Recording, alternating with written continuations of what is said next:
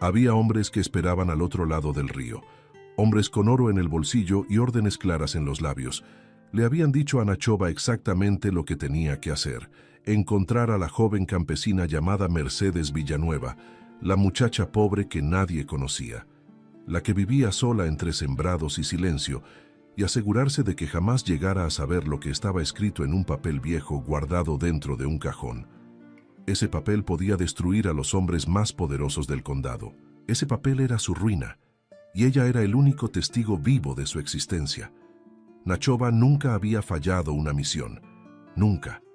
Era conocido en todo el territorio del Mississippi como el apache que cumplía lo que prometía, callado como la noche, preciso como el viento del norte.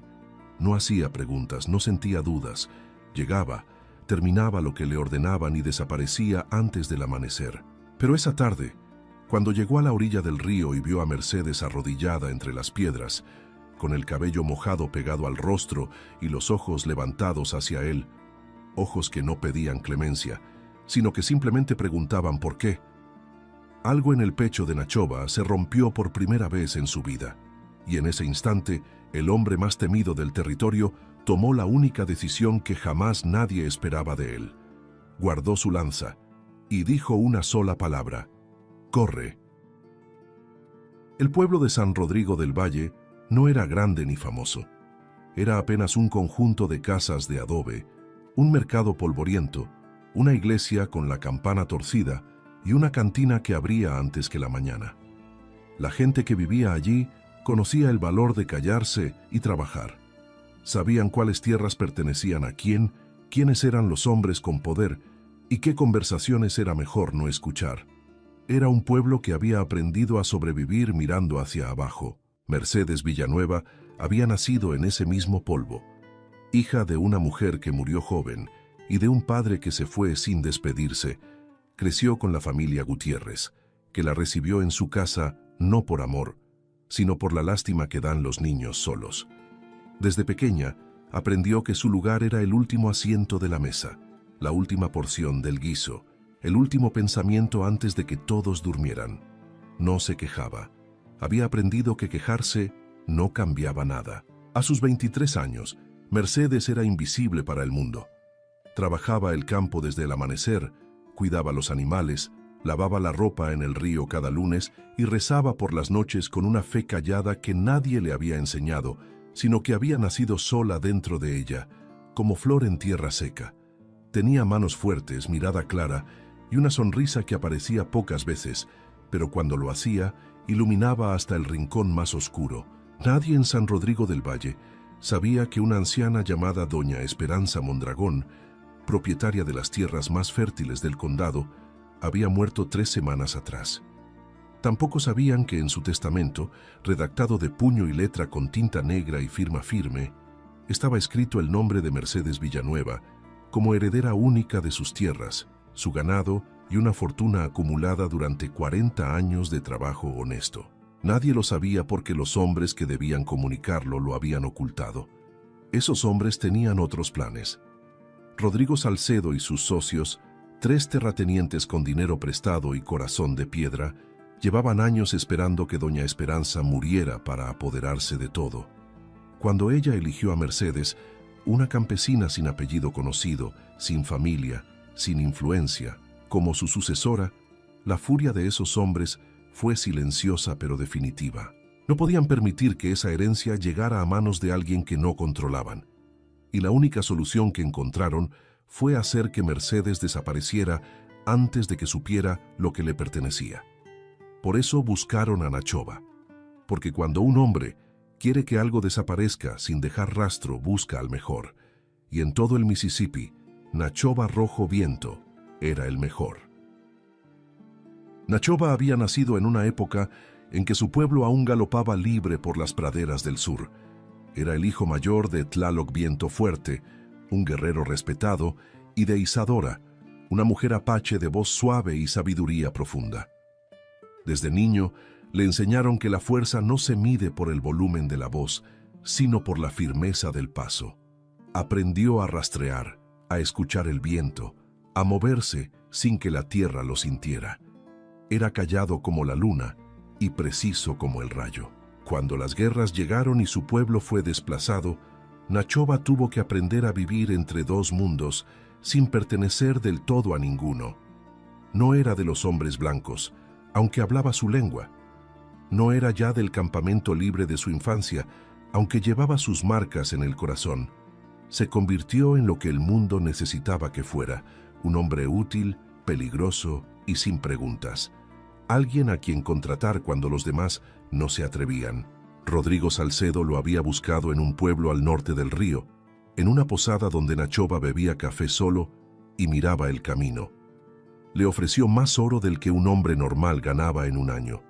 Le dijo que era una tarea sencilla, una campesina sola, sin familia, sin nadie que preguntara por ella. Nachoba no preguntó razones, nunca las preguntaba.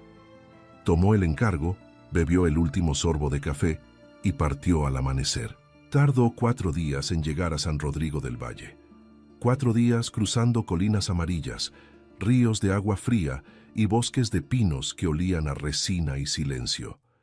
No sintió ni urgencia ni remordimiento durante el camino. Era un trabajo como cualquier otro. Encontraría a la muchacha, cumpliría la misión y regresaría con el oro prometido. Así de simple era su mundo, o eso creía.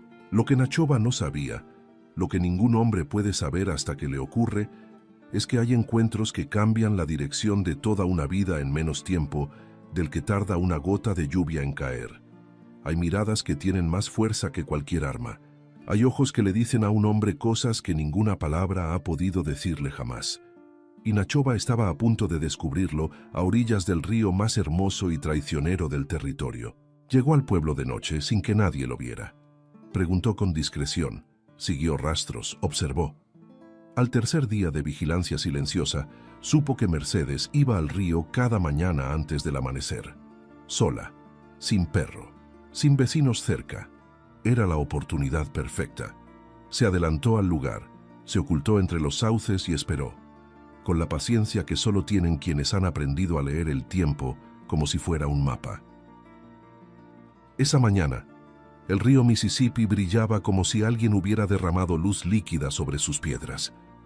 El sol apenas comenzaba a asomarse por detrás de las montañas del este, tiñendo el cielo de naranja y rosa pálido. Los pájaros cantaban sin saber lo que estaba por ocurrir. El mundo era hermoso y ajeno al drama que se preparaba en sus orillas. Mercedes llegó descalza, con su ropa de trabajo y el cabello suelto. Traía una canasta con ropa para lavar y un pequeño tarro de jabón de ceniza que hacía ella misma. Se arrodilló junto al agua, metió las manos en la corriente fría y cerró los ojos un momento, como si ese río fuera lo único que la escuchaba sin juzgarla. Había algo en ese gesto tan íntimo, tan verdadero, que parecía una oración sin palabras. Nachoba la observó desde los sauces. Esperaba que fuera joven, pero no esperaba aquello. No esperaba la forma en que ella se movía con calma, como alguien que ha aprendido a encontrar paz en los lugares más simples. No esperaba esa expresión de su rostro, esa mezcla de cansancio honesto y tranquilidad genuina que solo tienen quienes no deben nada a nadie. Algo en él se detuvo, una fracción de segundo. Apenas eso. Pero fue suficiente. Salió de los sauces sin hacer ruido. Mercedes no lo escuchó hasta que su sombra cayó sobre el agua frente a ella. Entonces levantó la vista. Sus ojos oscuros encontraron los de Nachoba, y en ese instante ninguno de los dos habló. Ella no gritó. Él no avanzó. Fue como si el río hubiera detenido su curso para darles ese segundo de silencio que lo cambiaría todo. En los ojos de Mercedes no había odio, no había locura, no había culpa escondida. Solo había una pregunta honesta y asustada. ¿Por qué? Sus labios temblaban ligeramente, pero su mirada era firme. No era la mirada de alguien que ha hecho algo malo. Era la mirada de alguien que no entiende por qué el mundo quiere hacerle daño, cuando ella nunca ha hecho, sino trabajar, aguantar y seguir adelante. Nachoba sintió algo que no recordaba haber sentido desde que era niño: vergüenza. No la vergüenza cobarde del que es descubierto, sino algo más profundo, más doloroso. La vergüenza de estar a punto de cometer una injusticia, de ser el brazo de hombres que tenían miedo de una mujer que no sabía ni por qué la perseguían. Bajó la lanza lentamente, y cuando Mercedes preguntó en voz baja, «¿Qué quieres de mí?», él respondió con la única verdad que tenía: «Tengo una orden, pero no voy a cumplirla». Mercedes tardó un momento en comprender lo que acababa de escuchar. Miró a aquel hombre enorme frente a ella, su piel morena curtida por el sol, sus ojos negros como carbón, su lanza apoyada ya contra una roca, sus manos abiertas y vacías, y trató de ordenar el miedo que le recorría el pecho. No era fácil confiar en un desconocido que acababa de confesar que había venido a hacerle daño. Pero tampoco era fácil ignorar que ese mismo hombre podría haberlo hecho y no lo había hecho. «¿Quién te envió?», preguntó ella con la voz apenas firme. Nachova no respondió de inmediato. Miró el agua del río, pensó un instante y luego la miró de frente. «Hombres que tienen miedo de ti», dijo. Mercedes frunció el ceño. «¿De mí? Yo no tengo nada, soy nadie». «Eso es lo que tú crees», respondió él, y había en su voz algo que no era crueldad ni burla, sino una especie de asombro tranquilo ante lo que estaba descubriendo. Nachova le contó lo que sabía, que la habían contratado para que desapareciera, que los hombres que daban las órdenes eran poderosos y tenían dinero, que algo relacionado con una herencia estaba en juego. No le dijo nombres todavía, porque necesitaba que ella confiara primero y preguntara después. Mercedes escuchó en silencio, con las manos apretadas sobre la tela mojada de su falda, absorbiendo cada palabra, como si fueran piedras que caían dentro de ella. «Si te dejo ir sola van a enviarte a otro», dijo Nachova, «y el siguiente puede no detenerse». Hubo un silencio largo entre los dos. El río seguía corriendo. Los pájaros seguían cantando. El mundo no había cambiado, pero ellos sí. «¿Y qué propones tú?», preguntó Mercedes con una mezcla de desconfianza y algo que, muy en el fondo, parecía esperanza. Nachova la miró con esa calma que tenían los hombres acostumbrados a tomar decisiones difíciles. «Que vengas conmigo, que te escondamos hasta que puedas saber la verdad de todo esto». Mercedes pensó en su pequeña cabaña, en su huerto, en los animales que dependían de ella cada mañana. Pensó en la familia Gutiérrez, que nunca la había querido de verdad, pero era lo único conocido que tenía. Pensó en su vida entera, pequeña y ordenada, tejida con trabajo y resignación. Y luego pensó en aquel hombre parado frente a ella, que había tenido todo el poder para hacerle daño y había elegido no usarlo. Eso en su experiencia era extraordinariamente raro. «No te conozco», dijo por fin. «No», admitió él, «pero tienes razón en no confiar. Lo único que puedo decirte es que si hubiera querido hacerte daño, ya lo habría hecho. Y no lo hice». Era un argumento extraño, brutal en su honestidad. Mercedes lo miró durante 3 segundos largos como 3 siglos. Luego se puso de pie, sacudió el agua de sus manos y dijo con voz tranquila: «Dame 10 minutos para buscar mis cosas». Salieron antes de que el sol llegara a lo alto. Nachova conocía los caminos que no aparecen en ningún mapa, las veredas entre los pinos, los pasos de río donde el agua llega apenas a las rodillas, los refugios naturales que la tierra esconde para quien sabe mirar. Mercedes lo seguía en silencio, cargando una pequeña bolsa con lo poco que pudo tomar en 10 minutos. Pan, una manta, el rosario de su madre y un cuchillo pequeño de cocina que le parecía ridículo comparado con la lanza de él, pero que de todas formas llevó. Durante las primeras horas no hablaron más de lo necesario. «Cuidado aquí. Descansamos en ese árbol. No hagas ruido al cruzar». Era comunicación de supervivencia, sin adornos. Pero había algo en esa precisión que Mercedes encontraba reconfortante. No era el tipo de hombre que dice más de lo que sabe.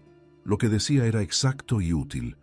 Y en una situación como esa, exacto y útil, valía más que cualquier promesa bonita. Al mediodía, cuando se detuvieron junto a una cascada pequeña para beber agua y comer el pan que ella había traído, Mercedes se atrevió a hacer la pregunta que llevaba horas guardando. «¿Por qué lo hiciste? Tenías el oro, tenías la misión, nadie te obligaba a detenerte». Nachova tardó en responder. Mordió un trozo de pan, miró el agua de la cascada y luego la miró a ella. «Tus ojos», dijo. Ella esperó más. No eran los ojos de alguien que merece lo que me pidieron hacer.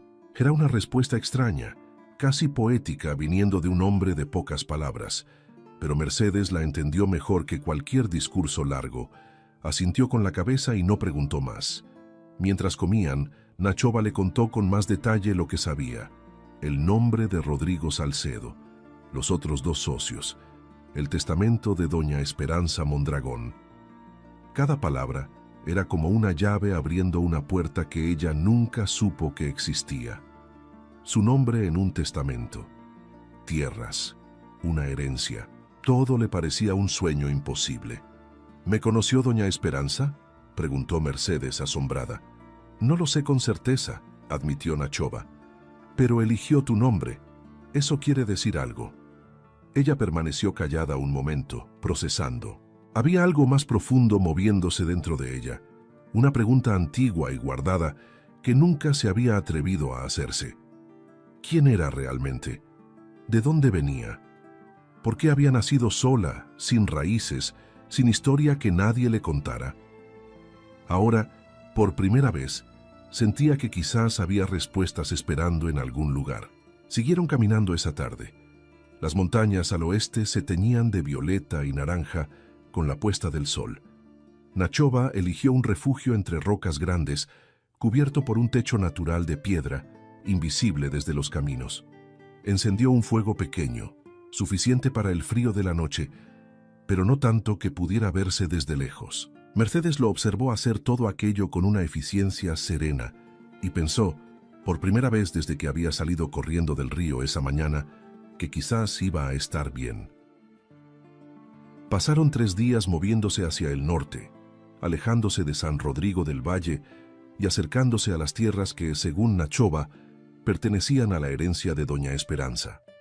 Durante esos días, entre caminatas largas, noches frías y comidas escasas, algo fue cambiando entre ellos. No de golpe, no con palabras dramáticas. Fue lento, como el agua que va suavizando la piedra. Una mirada sostenida un segundo más de lo necesario. Una mano extendida para ayudar a cruzar una roca. Una sonrisa pequeña que aparece cuando el otro no está mirando. Una tarde, mientras descansaban bajo un roble enorme, Mercedes le preguntó a Nachova sobre su vida. No con curiosidad superficial, sino con ese interés genuino que tienen las personas que saben lo que es llevar una historia difícil y no quieren que la del otro quede sin ser escuchada. Nachova le habló de su infancia libre, de su padre y su madre, de los años de desplazamiento y adaptación forzada. No con amargura, sino con la serenidad de quien ha hecho las paces con lo que no pudo cambiar. ¿Extrañas tu pueblo?, preguntó ella. Extraño lo que fue, respondió él. Lo que es ahora ya no existe. Hubo un silencio entre los dos, de esos silencios que unen más que las palabras, porque son el espacio donde dos soledades se reconocen sin necesidad de explicarse. Mercedes asintió despacio. Yo nunca tuve un pueblo al que extrañar, dijo. Nunca supe de dónde vengo. Nachova la miró con algo que ella no supo identificar de inmediato. Después entendió que era respeto. Al cuarto día llegaron a la aldea de Santa Paloma, un pequeño asentamiento al margen del Río Grande donde vivía Consolación Reyes, una anciana que había sido la secretaria personal de doña Esperanza durante 20 años. Nachova sabía de ella por una información recogida antes de emprender la misión. Era arriesgado ir allí, pero era necesario. Consolación tenía papeles, tenía la verdad y tenía algo más. Recordaba perfectamente por qué el nombre de Mercedes Villanueva estaba en ese testamento. La anciana los recibió con desconfianza al principio, pero cuando vio el rostro de Mercedes, palideció. Se llevó una mano al pecho y murmuró, «Dios mío, eres igualita a ella». Mercedes no entendió. ¿A quién? La anciana Consolación se tomó un momento, como si necesitara ordenar 40 años de silencio antes de poder hablar. Luego les hizo señas de que entraran, cerró la puerta y comenzó a contar la historia que lo cambiaba todo. La verdad era esta. Mercedes no era una campesina sin origen. Era la nieta de doña Esperanza Mondragón, hija de su hijo menor, Aurelio, que había amado a una mujer apache llamada Isadora, la misma Isadora que era madre de Nachoba antes de morir joven de fiebre en el campo. Doña Esperanza había criado en secreto a Mercedes como hija ajena para protegerla de los enemigos de la familia, esperando el momento justo para revelar la verdad. Ese momento era el testamento. Y aquella revelación sacudió a los dos viajeros como un trueno en cielo despejado. Mercedes y Nachoba eran, por el corazón de sus madres compartidas, algo más que extraños. Eran familia de alma. La noticia fue hermosa y dolorosa al mismo tiempo. Mercedes lloró esa noche con un llanto que venía de muy adentro, de ese lugar donde guardamos todas las preguntas que nunca supimos a quién hacerle. Nachoba la dejó llorar sin interrumpirla, sin tratar de consolarla con palabras vacías. Solo estuvo ahí, cerca, firme como un árbol en la tormenta. A veces eso es todo lo que alguien necesita, que haya alguien que no se vaya cuando lloras. Pero la revelación también traía peligro. Si Rodrigo Salcedo se enteraba de que Mercedes conocía la verdad sobre su origen y su herencia, las acciones contra ella se volverían más urgentes y más decididas. Consolación les advirtió que 2 de los hombres de Salcedo habían pasado por Santa Paloma preguntando por una mujer joven de cabello largo. El tiempo se acortaba. Necesitaban un plan. Y Nachoba, que había pasado su vida entera planeando misiones, se puso a trabajar. La primera parte del plan era llegar al juzgado de San Jerónimo, la ciudad más cercana con autoridades que no estuvieran en el bolsillo de Salcedo. Consolación tenía copias del testamento y cartas originales de Doña Esperanza que probaban la herencia y el parentesco de Mercedes. Con esos documentos en mano, podrían presentarse ante el juez Alcántara, hombre conocido por su rectitud incorruptible, y hacer valer los derechos que le habían sido robados. Salieron al amanecer siguiente. Esta vez el camino era más urgente y más peligroso. Nachoba sabía que Salcedo ya habría notado que algo salió mal con la misión y estaría enviando más hombres. Tenían que moverse rápido, por caminos imprevisibles, sin patrón que pudiera seguirse. Mercedes ya no era la misma muchacha asustada del río. Tenía los ojos encendidos con algo nuevo, la mezcla poderosa de rabia justa e indignación legítima que da saber que te han robado lo que era tuyo desde el principio. A 2 días del juzgado, ocurrió lo que Nachoba temía. 3 jinetes los alcanzaron en un paso estrecho entre colinas. Eran hombres de Salcedo, armados y con órdenes renovadas. Nachoba le dijo a Mercedes que corriera hacia el bosque sin detenerse y que no mirara atrás pase lo que pasara. Ella quiso quedarse. No, dijo él con firmeza, pero con los ojos diciendo algo completamente diferente. Tú eres lo que importa. Ve. Lo que ocurrió en ese paso estrecho entre Nachoba y los 3 hombres de Salcedo nunca fue contado con lujo de detalles por ninguno de los dos, porque había cosas que se viven y no se narran. Lo que sí es cierto es que cuando Mercedes, desde su escondite entre los árboles, escuchó el silencio llegar después del ruido, y luego vio a Nachoba emerger del paso, con paso lento y el rostro sudoroso pero en pie, sintió en el pecho algo que no había sentido nunca antes por ningún hombre, algo que todavía no se atrevía a llamar por su nombre.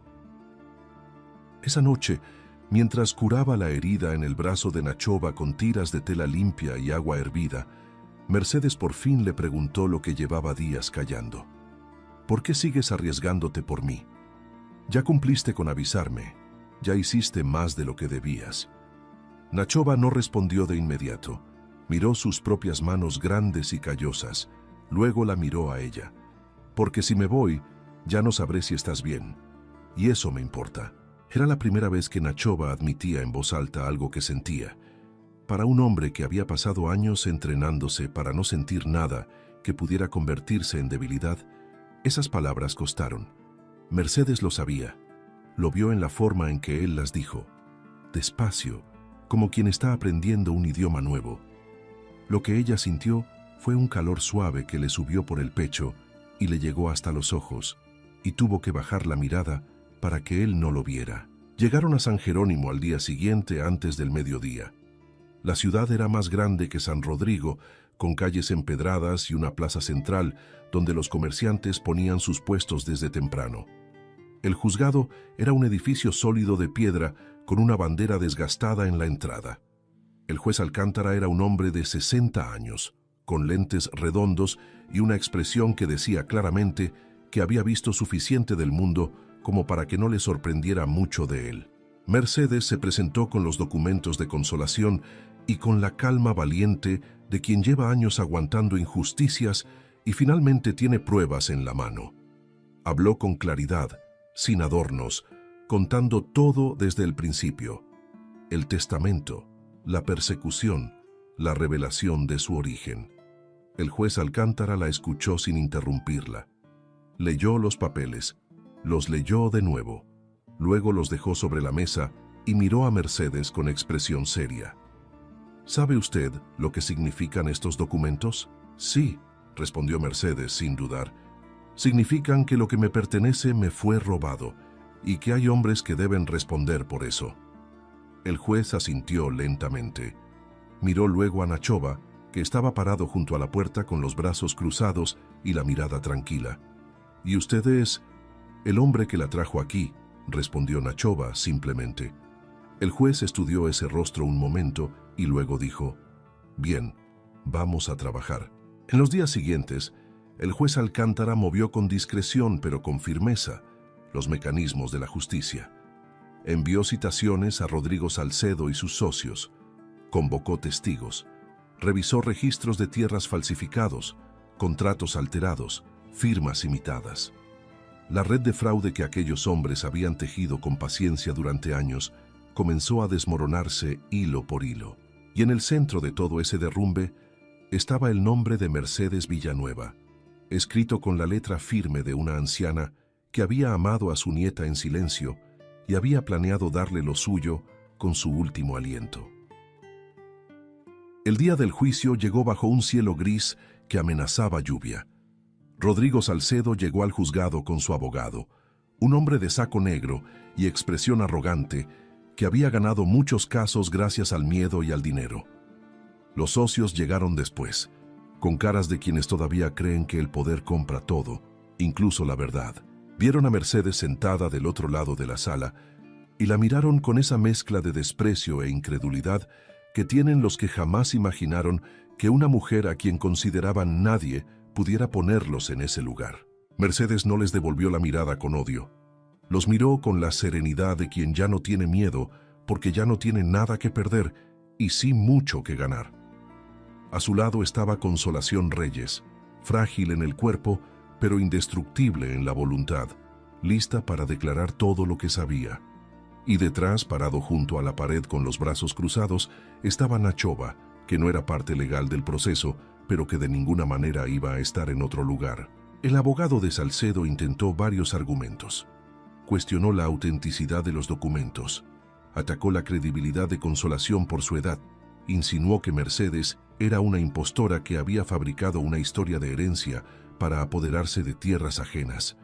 Era una defensa agresiva, construida sobre la premisa de que la gente creyera que una campesina pobre no podía tener razón frente a 3 hombres ricos. Fue un cálculo equivocado. El juez Alcántara presentó pruebas que sus investigadores habían encontrado en los últimos días. Registros notariales originales que coincidían exactamente con los documentos de Consolación, declaraciones de 2 empleados del banco que confirmaban transferencias irregulares, y una carta firmada por el propio Salcedo, donde se mencionaba el testamento y la necesidad de resolver el problema antes de que llegue a los tribunales. Cuando esa carta fue leída en voz alta, el silencio en la sala fue tan pesado que se podía sentir. Rodrigo Salcedo intentó hablar. El juez lo detuvo con una sola mirada. Luego se dirigió a Mercedes y dijo con voz clara y firme: «Señorita Villanueva, los documentos presentados son auténticos y legalmente válidos. La herencia de doña Esperanza Mondragón le pertenece en su totalidad. Las tierras, el ganado y los bienes registrados quedan bajo su nombre a partir de este día». En ese momento, algo dentro de Mercedes se abrió como una ventana que llevaba años cerrada.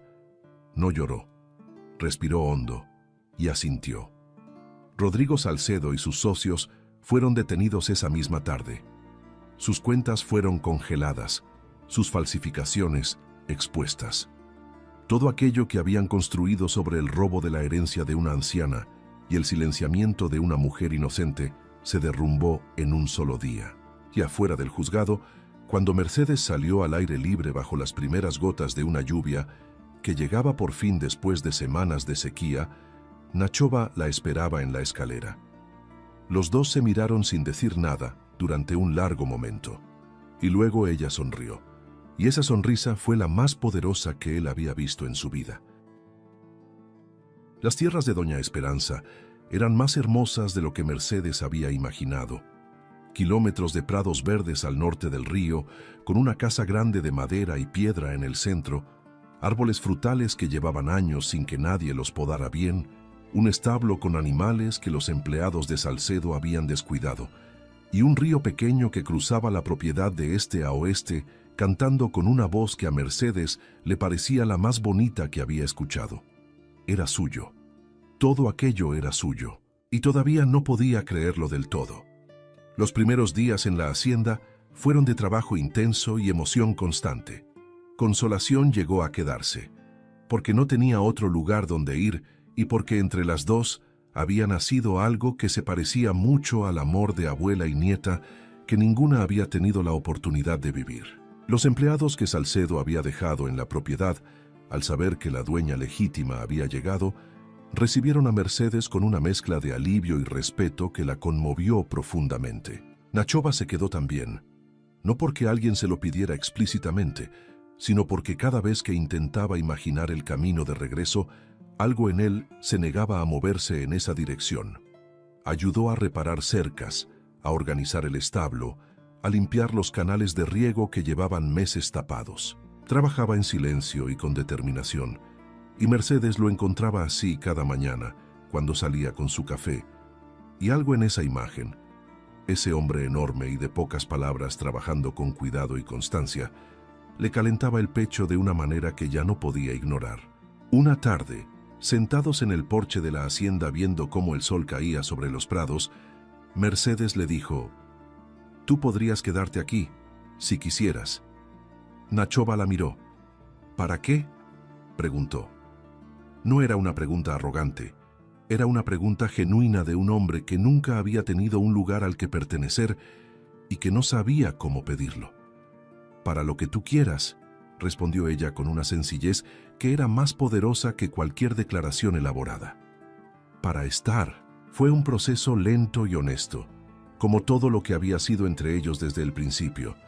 No hubo promesas apresuradas ni gestos dramáticos. Hubo conversaciones largas al atardecer, silencios cómodos, risas pequeñas que iban creciendo, manos que se acercaban con timidez y luego se quedaban. Hubo el día en que Nachova le enseñó a Mercedes palabras en su lengua apache y ella las repitió mal 3 veces y él se rió.